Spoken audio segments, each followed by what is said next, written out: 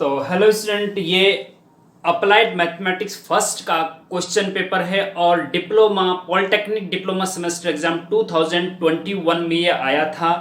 और ये आपके आने वाले जो क्वेश्चन हम इसमें करवाएंगे वो आपके आने वाले एग्जाम के लिए बहुत हेल्पफुल रहेंगे। क्वेश्चन नंबर 1 से 5 तक हम करवा चुके हैं और क्वेश्चन नंबर 6 से आगे हम इस लेक्चर में आपको बताएंगे। तो चलिए लेक्चर शुरू करते हैं। तो क्वेश्चन नंबर 6 है, prove that tan 69 degree plus tan 66 degree upon 1 minus tan 69 degree into tan 66 degree is equal to -1। ये प्रूफ करना है आपको, ठीक है। दिस इक्वल टू दिस, तो लेफ्ट हैंड साइड आपको लेनी है और ये साइड आपको प्रूफ करनी है, ठीक है जी। अब देखिए, लेफ्ट हैंड साइड जब लेंगे आप तो लेफ्ट हैंड साइड को कैसे सॉल्व करेंगे। तो पहले तो आप लेफ्ट हैंड साइड लिख लीजिएगा, tan 69 degree plus tan 66 degree upon 1 minus tan 69 degree into tan 66 degree. Okay, अब यहाँ पे आपको अगर ट्रिग्नोमेट्री के डिटेल लेक्चर आपने देखे हैं हमारे, तो आपको एकदम से इसको देख के एक फॉर्मूला आ जाएगा आपके माइंड में कि इसमें tan a प्लस b का फॉर्मूला यूज हो सकता है। अगर नहीं देखें तो क्वेश्चन नंबर 6 के सामने डिस्क्रिप्शन में आप जाएंगे तो क्वेश्चन नंबर 6 के सामने हम डिटेल प्लेलिस्ट दे देंगे ट्रिग्नोमेट्री की। बहुत अच्छे से हमने 8-10 लेक्चर तैयार करे हैं, उनको आप देख सकते हैं। tan a plus tan b upon 1 minus tan a tan b, ये फॉर्मूला होता है tan a प्लस b का। ये आपको अगर याद है तो ये क्वेश्चन आसानी से हो सकता है। tan a प्लस b का फॉर्मूला होता है tan a plus tan b upon 1 minus tan a into tan b, ठीक है जी। ये फॉर्मूला होता है। अब देखो, tan a plus b is equal to ये लिख सकते हैं और tan a plus tan b upon 1 minus tan a tan b is equal to ये लिख सकते हैं, ठीक है जी। तो ये वाला जो साइड हो इस टाइप का है, उसको ऐसा लिख सकते हैं। a की जगह पे 69 है, b की जगह पे 66 है और एज इट इज देखिए आप, बिल्कुल एज इट इज है। तो कहने का मतलब ये है कि अगर इसकी जगह कुछ लिखना है तो tan a प्लस b लिखेंगे। क्या लिखेंगे? tan a plus b, a है 69 डिग्री प्लस b है 66 डिग्री, ठीक है, इसकी हेल्प से। अब दिस इक्वल टू tan 69 और 66 को ऐड करेंगे तो 135 डिग्री बनेगा और tan 135 डिग्री का मान आपको पता होना चाहिए, -1 होता है। अगर नहीं पता तो आप ऐसा कर सकते हैं, tan 90 डिग्री प्लस 45 डिग्री इसको लिख सकते हैं, क्योंकि 90 प्लस 45 135 होता है, ठीक है जी। अब tan 90 प्लस थीटा, पिछले लेक्चर में हमने इसको डिटेल में थोड़ा बताया था। tan 90 डिटेल लेक्चर आपने अगर देखा है तो tan 90 plus theta is equal to होता है cot थीटा। देखिए होता क्या है, 90 पे चेंज होता है, 90 पे चेंज होता है तो tan की जगह cot आ गया, ठीक है जी। अब 90 प्लस थीटा इस third quadrant, sorry second quadrant में, और सेकंड क्वाड्रेंट में साइन tan नेगेटिव होता है, साइन और कोसेक पॉजिटिव और साइन tan नेगेटिव होता है तो माइनस cot थीटा आएगा।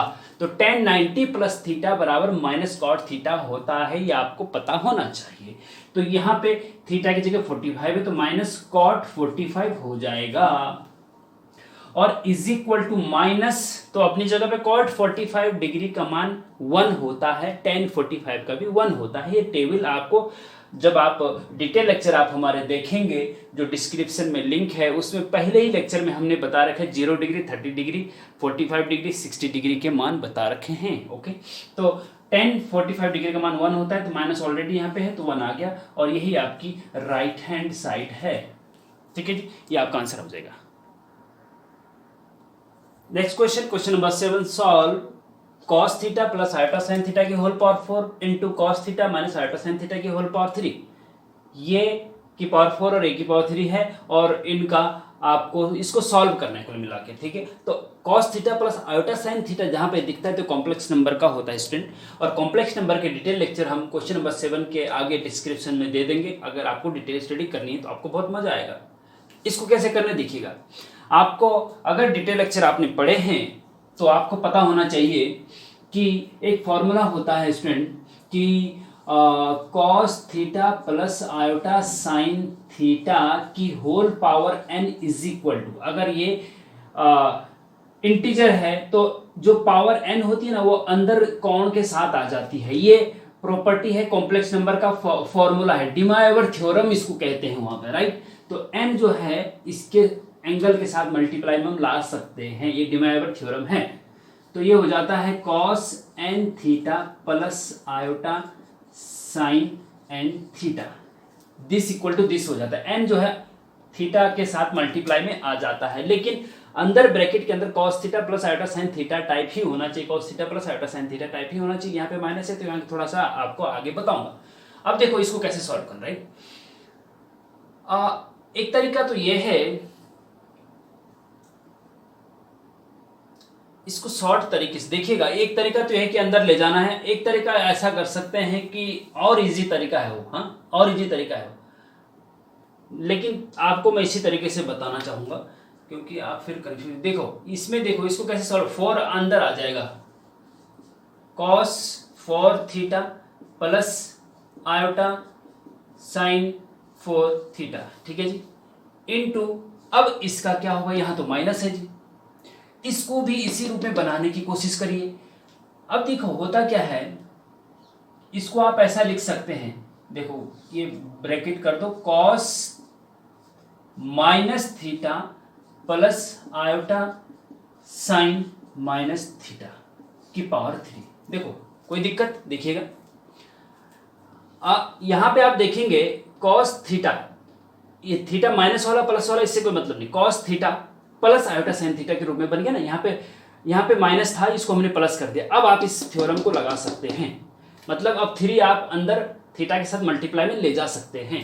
तो करिए, ये तो एज इट इज रहेगा, ये हो चुका है, cos 4 theta plus iota sign 4 theta और इनटू 3 माइनस थीटा के साथ आएगा तो क्या हो जाएगा, चलो इसको बड़ा ब्रैकेट ही बनाओ क्योंकि अंदर छोटा ब्रैकेट लिखा हो ना, cos माइनस 3 थीटा हो जाएगा, right, plus iota sign minus 3 theta, 3 का मल्टीप्लाई एंगल के साथ हो जाता है, ठीक है जी। इतना हो गया, इतना समझ में आ गया। अब एक इसमें दूसरी एक थ्योरम दूसरी लगती है, हाँ वो भी डिवाइवर थ्योरम ही है। पहली थ्योरम ये है, दूसरी थ्योरम ये, देखिए क्या होता है कि cos theta 1 plus iota sine theta 1 into cos theta 2 plus iota sine theta 2 is equal to होता है, देखो अगर ये सेम है, एंगल चेंज है बस, ठीक है, और सेम है तो क्या होता है कि cos लिख दिया जाता है और ये cos का एंगल और इसका एंगल जोड़ दिया जाता है, cos theta 1 plus theta 2 plus iota sine theta 1 plus theta 2। अगर थीटा 3 वाला भी होता है एक, cos इंटू में इसके आगे cos theta 3 plus iota sine theta 3 भी होता तो theta 1 plus theta 2 plus theta 3 भी आता, जितने भी एंगल होते, ये दो ही हैं तो इसका cos theta 1 plus theta 2 plus iota sine theta 1 plus theta 2, ठीक है। इस प्रकार से इसको याद रखिए आप, और ये क्यों होता है डिटेल लेक्चर आप कॉम्प्लेक्स नंबर के देखेंगे तो वहां पे आपको पता चल जाएगा ये कैसा है, ये कैसा है, ओके। अब देखिए यहाँ पे थीटा 1 की जगह 4 थीटा है और थीटा 2 की जगह माइनस 3 थीटा है, तो थीटा 1 प्लस थीटा 2, तो 4 थीटा और माइनस 3 थीटा जोड़ेंगे तो 4 थीटा माइनस 3 थीटा हो जाएगा ना, और 4 थीटा माइनस 3 थीटा क्या हो जाएगा, cos 4 थीटा माइनस 3 थीटा हो जाएगा, है ना। वैसे तो जोड़ना था लेकिन ये माइनस है ना, तो इसको दोनों को जोड़ेंगे तो माइनस ही तो आएगा, 4 theta minus 3 theta plus iota sign 4 theta minus 3 theta, okay. और ये हो जाएगा आपका cos theta, 4 theta minus 3 theta घटाएंगे तो थीटा ही बचेगा, cos theta plus iota sine theta, ये आपका आंसर आ जाएगा, फाइनल आंसर, ओके। तो इस प्रकार से इसको सॉल्व कर सकते हैं। एक दूसरा तरीका मैं जो अभी स्टार्टिंग में बता रहा था उसको आप ऐसा कर सकते हैं कि जो ये माइनस है ना, जैसे इसको माइनस को -1 यहाँ ले जा सकते हैं, ये माइनस यहाँ से ये माइनस यहाँ तो -3 हो जाएगा, जैसे n को अंदर ला दें तो n को बाहर भी ले जा सकते हैं पावर के ऊपर, राइट। तो ये जो माइनस था यहाँ पे हमने यहाँ ले गया, -3 हो गया। अब cos theta plus iota sine theta, cos theta plus iota sine theta same है दोनों, जब सेम होता है, बेस सेम होता है तो पावर ऐड हो जाती है, तो पावर ऐड होने पे 4 और -3 जुड़ जाएंगे तो 1 बचेगा, तो cos theta plus iota sine theta और इजी तरीके से हो सकता है। ये कॉम्प्लेक्स नंबर के मेथड से मैंने कराया है, बिना कॉम्प्लेक्स नंबर के मेथड से भी सॉल्व हो सकता है, वही जो तरीका मैंने अभी बताया, राइट। तो उसको उस तरीके से कर सकते हैं आप। नेक्स्ट क्वेश्चन देखिए। नेक्स्ट क्वेश्चन है question number 8, condition of perpendicularity of two lines is dash dash dash, मतलब दो सरल रेखाओं के लंबवत होने का प्रतिबंध क्या होता है। अगर दो लाइन, एक ऐसी और एक ऐसी, मतलब L1 लाइन और ये L2 लाइन एक दूसरे के परपेंडिकुलर है, मतलब एक दूसरे के 90 डिग्री का कोण बनाती हैं, तो उनके लिए एक प्रतिबंध होता है। वो क्या होता है, वो प्रतिबंध क्या होता है, ये आपको मान लीजिए L1 लाइन का स्लोप मतलब ढाल, हाँ, M1 है और इसका स्लोप M2 है, तो इनके बीच का जो प्रतिबंध होता है वो होता है M1 इंटू M2 बराबर -1। बस या -1 लिखना था केवल, आंसर कुछ नहीं करना। और यदि दो लाइन पैरेलल हैं और इसका स्लोप M1 और इसका स्लोप M2 है, तो फिर इनके बीच का जो प्रतिबंध होता है वो क्या होता है, वो होता है M1 is equal to M2। Parallel line का स्लोप सेम बराबर होता है, तो मैंने M1 is equal to M2। और जब परपेंडिकुलर होती है दो लाइनें, तो उन दोनों लाइनों के स्लोप का मल्टीप्लाई -1 के बराबर होता है। ये याद रखना है आपको, बस कुछ नहीं करना है, राइट। स्ट्रेट लाइन का क्वेश्चन है और डिटेल लेक्चर स्ट्रेट लाइन के आपको देखने हैं तो इस क्वेश्चन नंबर 8 के सामने डिस्क्रिप्शन में लिंक दे देंगे हम। प्यारे बच्चों, मैंने सारे के सारे क्वेश्चन, जितने भी क्वेश्चन पेपर अप्लाइड मैथ्स 1 के सारे क्वेश्चन एक प्लेलिस्ट, कई बच्चे पूछते हैं कि सर ये वाला क्वेश्चन पेपर अपलोड नहीं है, वाला अपने जितने भी पिछले क्वेश्चन पेपर हुए हैं वो मैंने सारे अपलोड करे हुए हैं, लेकिन आपको देखना नहीं आता है शायद, इसलिए आप पूछते हैं।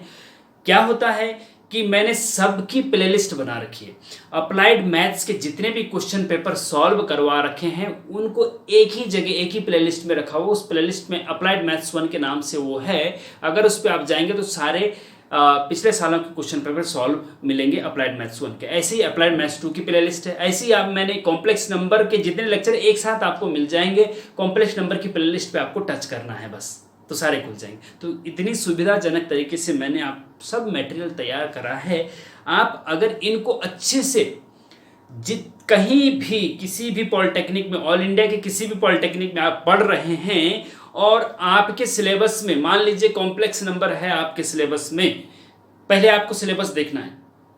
आपके सिलेबस में कॉम्प्लेक्स नंबर है तो कॉम्प्लेक्स नंबर की मेरे चैनल की प्लेलिस्ट में आप कॉम्प्लेक्स नंबर के सारे लेक्चर एक तरफ से देख लीजिए, तो 101% गारंटी के साथ कहता हूं कि एक भी क्वेश्चन उससे बाहर नहीं जाएगा और सब कुछ अच्छे से समझ आएगा, अगर आप डिप्लोमा पॉलिटेक्निक इंजीनियरिंग स्टूडेंट हैं तो। उसके अलावा और लोगों के लिए भी फायदेमंद हो सकता है, लेकिन मेरा फोकस फिलहाल इसी पे है कि पॉलिटेक्निक डिप्लोमा इंजीनियरिंग स्टूडेंट्स की मैथ्स को क्लियर करवाना और मजबूत करवाना, जिससे कि बैक की समस्या समाप्त हो जाए। ठीक है, तो चलते हैं नेक्स्ट क्वेश्चन पे। तो नेक्स्ट क्वेश्चन है, eccentricity of parabola is E is equal to, परवलय की उत्केंद्रता E बराबर कितना होता है। परवलय की उत्केंद्रता कितनी होती है या एसेंट्रिसिटी कितनी होती है। परवलय क्या होता है, इलिप्स क्या होता है, हाइपरबोला क्या होता है, सर्किल क्या होता है, इसके डिटेल लेक्चर, सर्किल के डिटेल लेक्चर अलग से, पैराबोला की डिटेल लेक्चर हम सारे के सारे प्लेलिस्ट बना रखी, वहां पे जाके देख सकते हैं।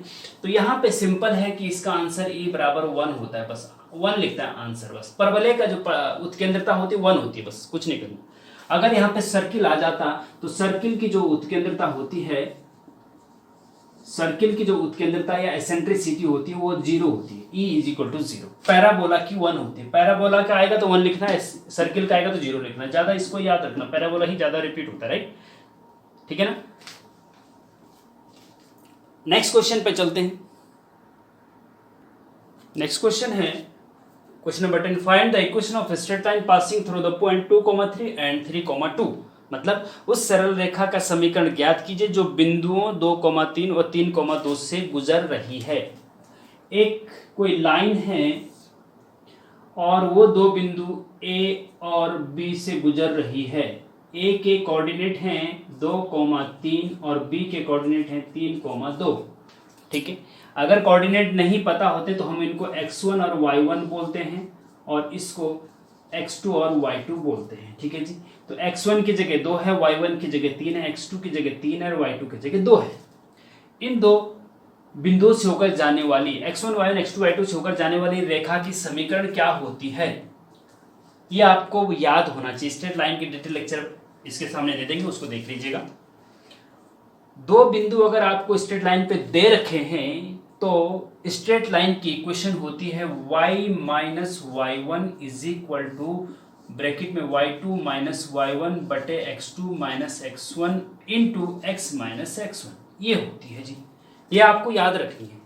दो बिंदु से होकर जाने वाली रेखा की समीकरण ये होती है, इसका फॉर्मूला ये होता है। अगर ये फॉर्मूला याद है तो कोई दिक्कत नहीं फिर, ठीक है जी।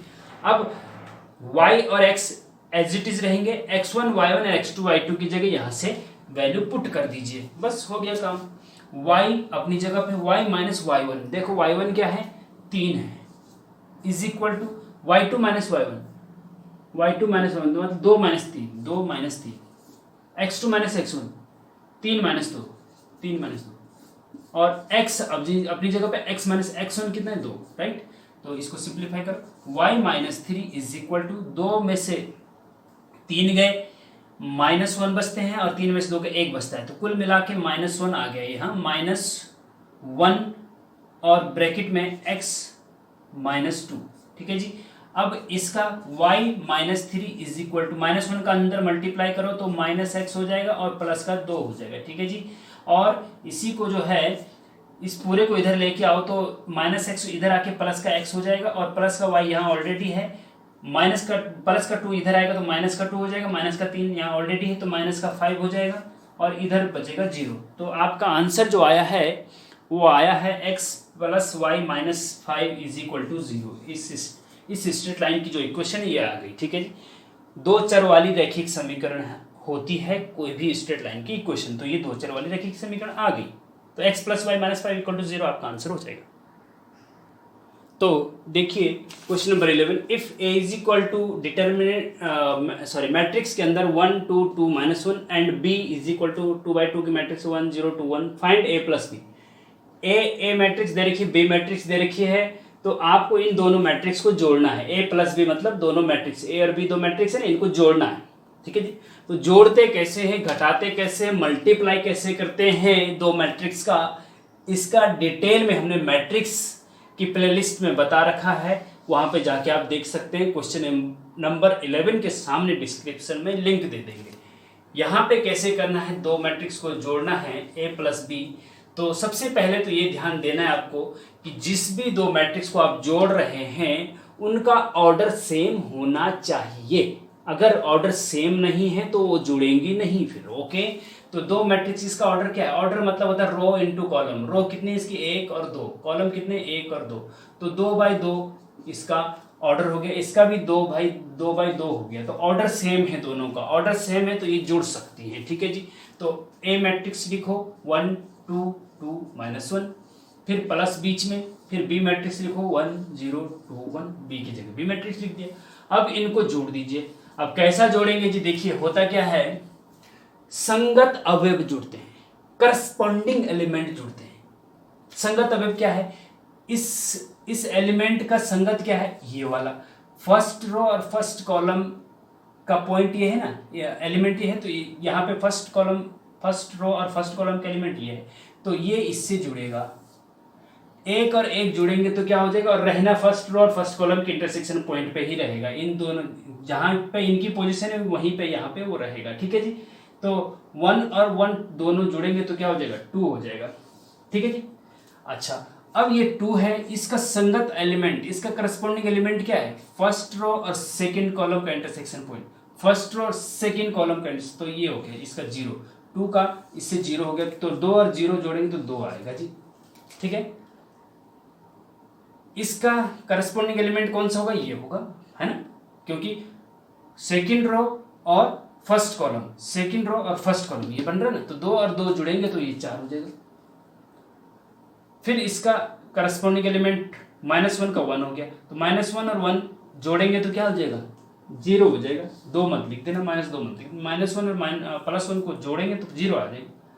बस यही आपका आंसर है, कोई दिक्कत नहीं।